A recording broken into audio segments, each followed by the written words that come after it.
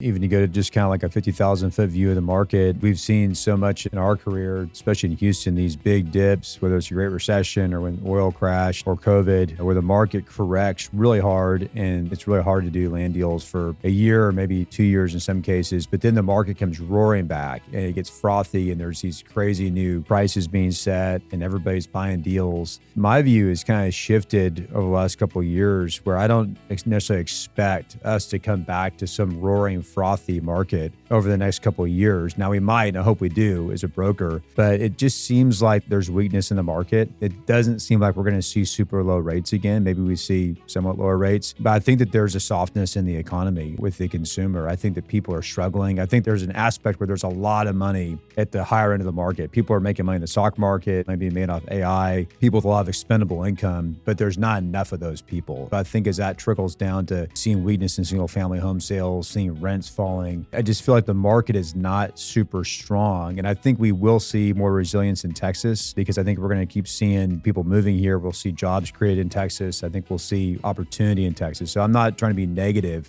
I see the rest of this decade being very similar to the 90s, where in the 90s you had very rough 80s and then you had a recovery in the 90s where things were just, they were good. They weren't great and they weren't bad. People did deals, but deals had to make sense. They had to underwrite. People weren't just overpaying for stuff left and right. There wasn't a ton of money in the market. So that's kind of where I'm thinking things are today. I could be 100% wrong, and I kind of hope I am because it's not as fun of a market.